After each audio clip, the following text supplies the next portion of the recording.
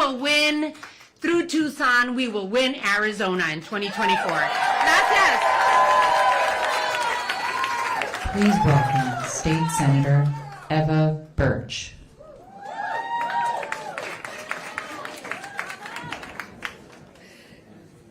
Hello, everybody. My name is Senator Eva Birch. I am a legislator, I am a medical provider, and I am an abortion patient. I am so honored to be here today with so many other champions for reproductive freedom, including, of course, Vice President Kamala Harris. Last month, as many of you probably already know, I shared my abortion story. I wanted to be pregnant, but my pregnancy was not viable. I shared this story on the floor of the Arizona Senate. I didn't do that because I thought I should have to. I am exhausted of explaining myself to people who want to make my decisions for me. But it was an opportunity to bring people with me and to break open the conversation about abortion care and abortion patients. After I shared my story, I received a phone call from Vice President Harris. And she thanked me for sharing my most personal moments to the world. And I was struck with this memory of sitting on my couch, sandwiched between my two little boys, with tears rolling down my cheeks, watching the first female vice president be sworn into office. And at that moment, I realized just how lucky we are as a country to have compassionate and brave leaders like Vice President Harris who understand the true harms of abortion bans on women across this country, on women like me. I know that it's hard for people to share the most private moments of their lives in a time when they are feeling loss, when they're feeling vulnerability, but it's moments like those that remind people of how much is at stake if we don't speak out. And today I am livid that in spite of all of our progress, we have rolled the clock back 160 years here in Arizona. The decision about when and how to start a family belongs to all of us as individuals. It belongs to me and to nobody else. And now that decision, yeah, you know what? Me. It belongs to me. But now that decision is being stripped away by extremist politicians and extremist judges. And the decision is going to criminalize doctors and providers for doing their jobs. Under no circumstances should the Supreme Court of Arizona have even dignified an effort to impose a complete ban on abortion that was drafted before women had a say. Women, we are going to have our say. This decision is a hurdle in the fight for reproductive freedoms, but it will not set us back if we keep pushing forward. And I know you all know that there's a ballot initiative that Arizonans are currently collecting signatures for that would enshrine abortion access into the Constitution. We have to make that a primary focus for us in November. And because Arizona is an absolute battleground, it is the battleground for abortion here in this country, we have a real opportunity to flip both the House and the Senate here on the local level. For the sake of Arizona families, we cannot let extremist Republicans hold on to power for even one more year. We have to flip the state legislature and restore access to reproductive freedom here once and for all, and we must re-elect Joe Biden and Kamala Harris to protect abortion not only just here in Arizona, but nationwide. I want to thank you all for being here with us today, but please stay with us until November. When? November. When? November! Stay with us. Thank you.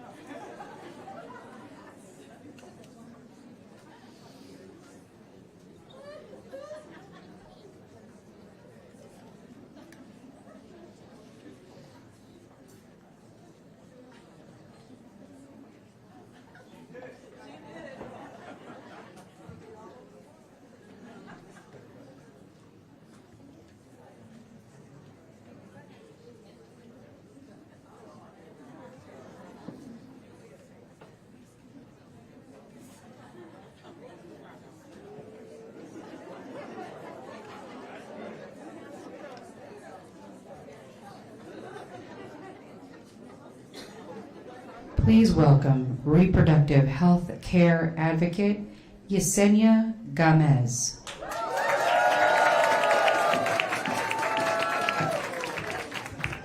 Hi, thank you everyone for being here today. Good afternoon, and thank you again for being here today at such an important time in reproductive rights for our state and our country. My name is Yesenia Gamez Gamboa. I'm a local immigration attorney and a native Tucsonan, and today I'm here to tell you my abortion story. In October of 2021, 2 weeks after my now husband left for his second deployment, I found out that I was 4 weeks pregnant. However, I quickly realized that something wasn't right. And after 3 weeks of doctor's visits and ultrasounds and many blood tests, my doctor told me that I had an ectopic pregnancy and that it was not viable. An ectopic pregnancy happens anytime that the embryo attaches itself outside of the uterus, and in my case, it was my left fallopian tube. When left untreated, ectopic pregnancies can be life-threatening, so eventually my fallopian tube could burst and I would need emergency surgery. Luckily, the very next day, I was able to go into the hospital and get an abortion. After 3 hours in the hospital, I got a methotrexate shot, which, by the way, hurts. And I was able to go home. The easiest part of this whole ordeal was my abortion. Access to a quick and safe abortion saved my life and my fertility. And now, because of that, my husband and I are turning to IVF to start our family. However, 7 months after my abortion, in June of 2022, the U.S. Supreme Court delivered their decision overturning Roe v. Wade and taking away rights that we have relied on for 50 years. There's one person responsible for that decision, and that is Donald Trump. He continues to brag about his role in unleashing extreme abortion bans across the country. This very week, the Arizona Supreme Court issued a ruling reviving a near total abortion ban from 1864. Exactly. The Arizona Supreme Court's decision makes me very afraid. Afraid that my doctor will be too scared to perform an abortion as promptly as last time. Afraid to walk around with a ticking time bomb until I need emergency surgery. Or afraid that by the time that my life is in enough danger to get medical assistance, it will be too late. My story is not the only one, however. Many women in the state have been making the same decisions and grappling with the same heartbreak that I did. Their stories matter and are the reason we cannot give up the fight for reproductive rights in this state and in this country. And with that, it is my honor to introduce our champion, a historic leader in the fight for reproductive freedom who warned of this, who is fighting for us, who is prosecuting the case against Donald Trump, the first woman vice president in U.S. history, Kamala Harris.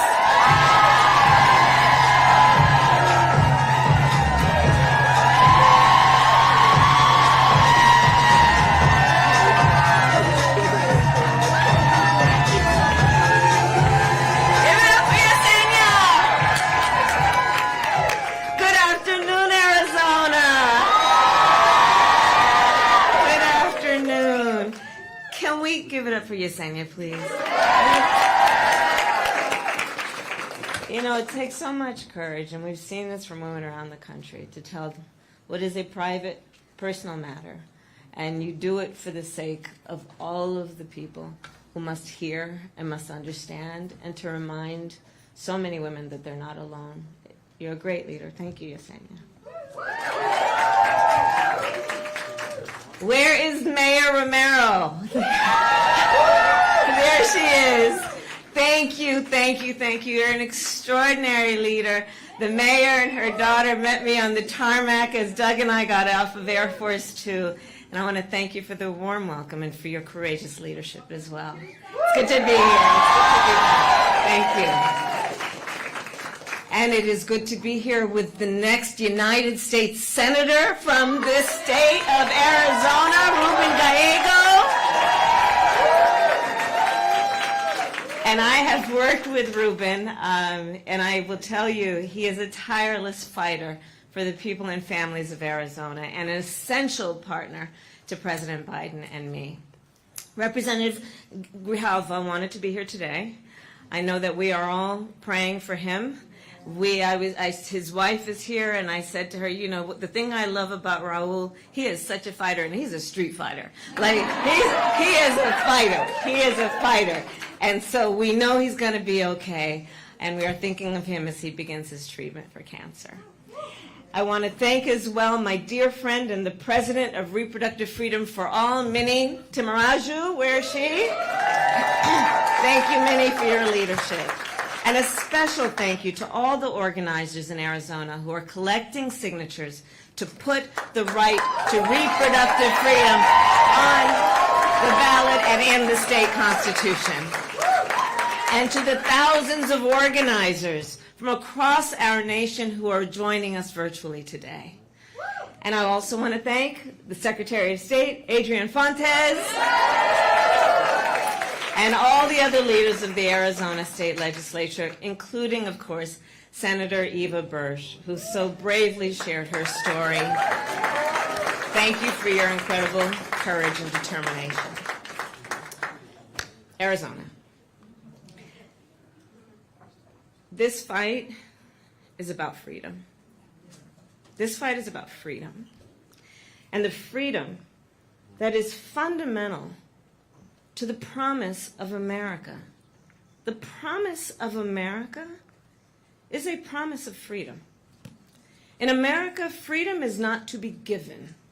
It is not to be bestowed. It is ours by right.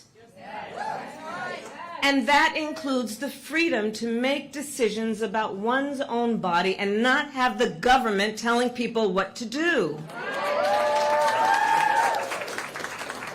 However, as we know, almost 2 years ago, the highest court in our land, the Court of Thurgood and RBG, took a constitutional right that had been recognized from the people of America, from the women of America. And now in states across our country, extremists have proposed and passed laws that criminalize doctors and punish women.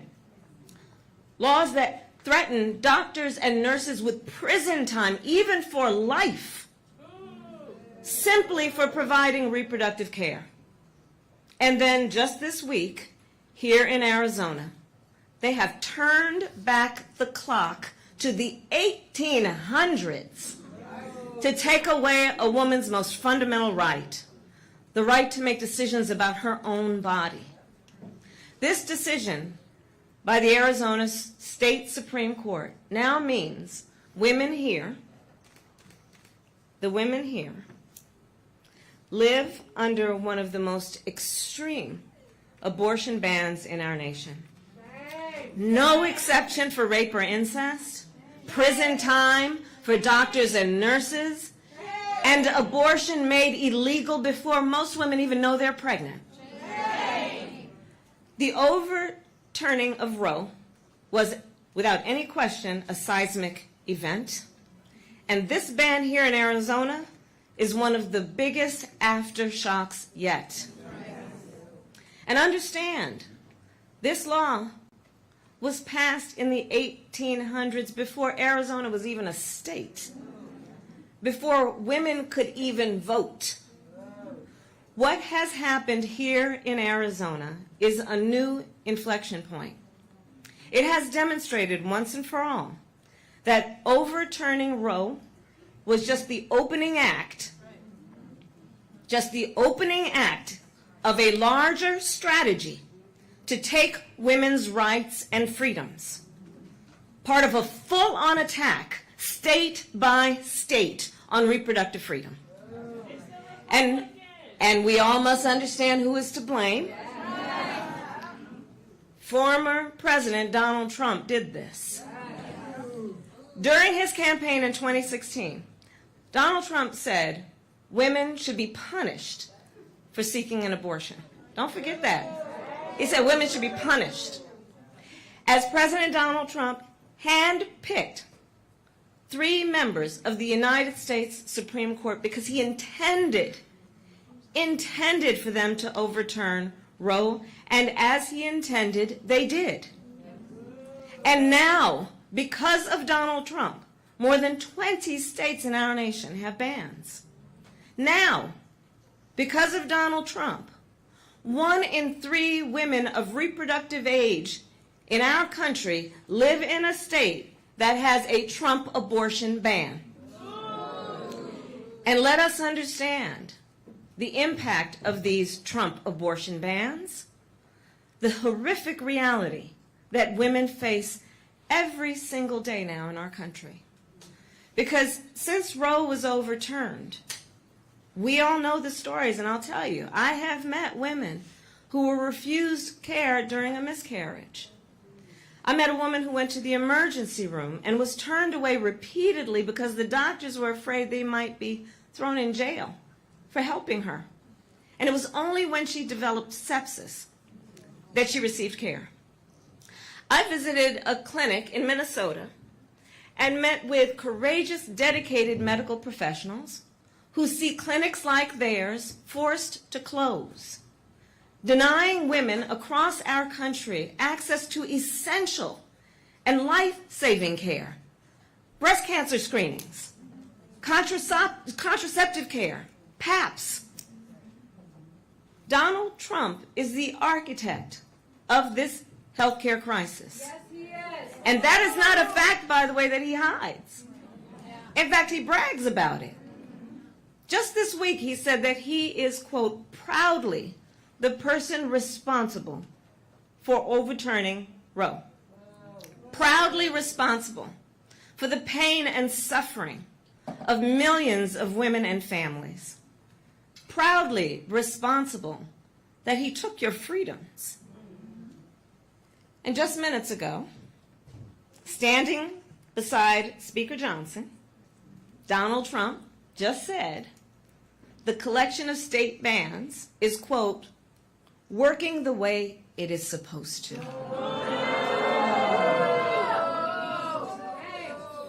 And as much harm as he has already caused, a second Trump term would be even worse.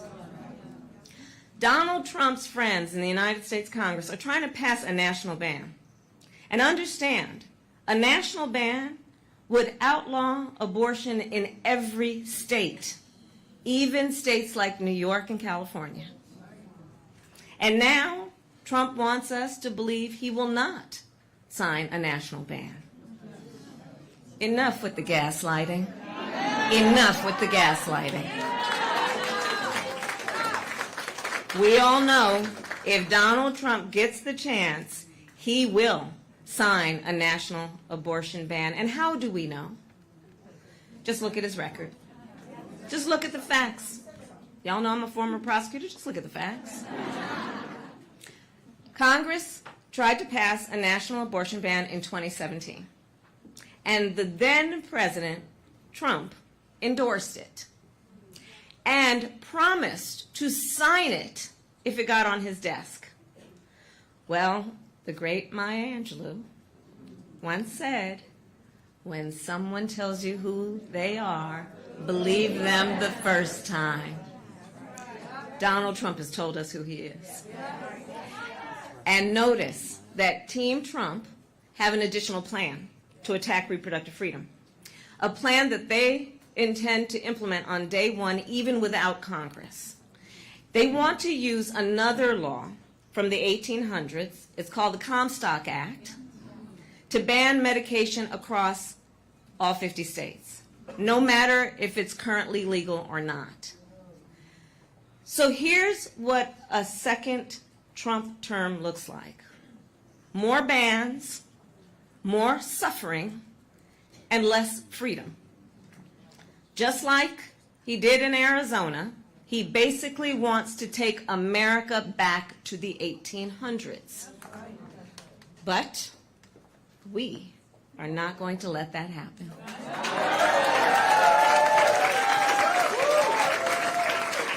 Because here's the deal. This is 2024, not the 1800s, and we're not going back.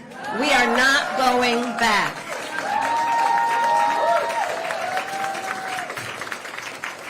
Joe Biden and I trust women to know what is in their own best interest. And women trust all of us to fight to protect their most fundamental freedoms.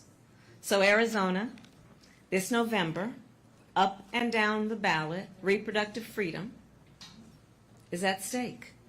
And you have the power to protect it with your vote. It is your power. It is your power that will put this right in the Arizona state constitution and elect a state legislature who will defend freedom, not try to take it away. It is your power that will send leaders like Ruben Gallego to the United States Senate and help secure a majority of members in the United States Congress who simply agree. This is all we want. Simply agree that the government should not be making these personal decisions for other people. And it is your power that will send Joe Biden and me back to the White House.